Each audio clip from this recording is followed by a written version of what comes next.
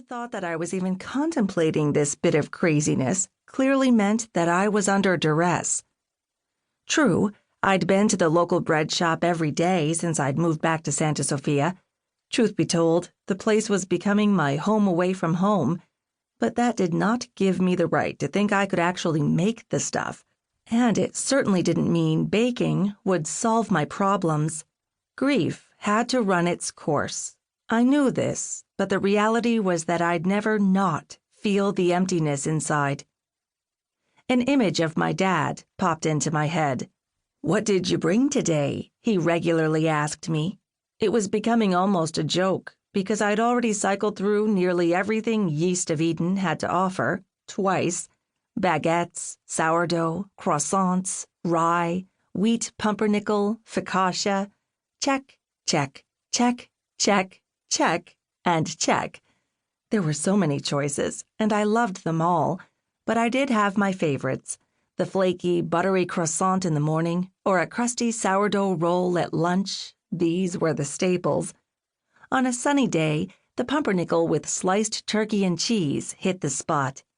When it was rainy, I bought a round loaf of French bread, turned it into a bread bowl, and filled it with homemade chowder. But this time, I wasn't here to buy bread. I was here to get my hands dirty, so to speak, to plunge them into a bowl of dough and knead. And somehow, despite logic and despite reason, I knew that it was going to be life-changing. I had no idea how or why, but as sure as I was standing on the cobbled sidewalk in Santa Sofia, and as sure as the breeze off the Pacific Ocean blew through me, I was 100% certain that the bread-baking class at Yeast of Eden was going to send me on a new trajectory. But was I ready? Before I had the chance to answer that question in my head, the door opened, and a woman in a colorful caftan and red clogs, hands firmly on her hips, emerged. Her iron-gray hair was cropped short and loose. Playful curls danced over her head. Her green eyes, heavily flecked with gold, stared me down. "Ven aquí, mija," she said to me in Spanish, as if I could understand her, which I could not. "You have to come inside to change your life." I jumped, startled. "To change my... what? I'm sorry, what?" "You don't think I recognize you. You, mi amor, are here every day. You have discovered the magic of this place, and now you want more." She smiled, her eyebrows lifting in a quick movement that seemed to say, "I see this every day." "Come in. We're all waiting." "You're all..." I stared. "Who's waiting?" This time the woman laughed. She threw her head back and gave a hearty guffaw that made me take a step back. Of course, I recognized her, too. Her daily, authoritative presence had made it easy to deduce that the woman owned Yeast of Eden.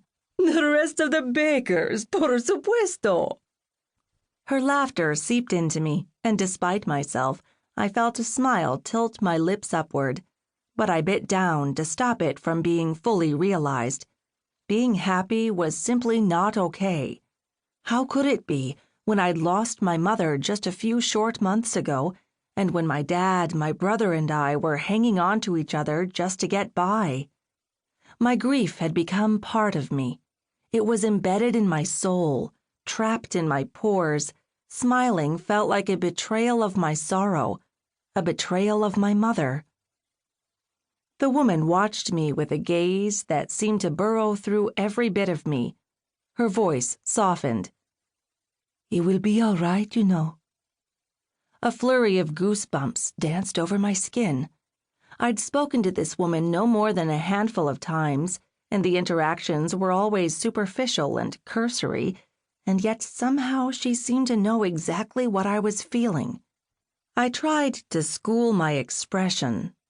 I tended to show every one of my emotions on my face the very second I felt them. I was working on that particular problem. "I don't know what you mean," I said, my voice a little more indignant than I'd intended it to be.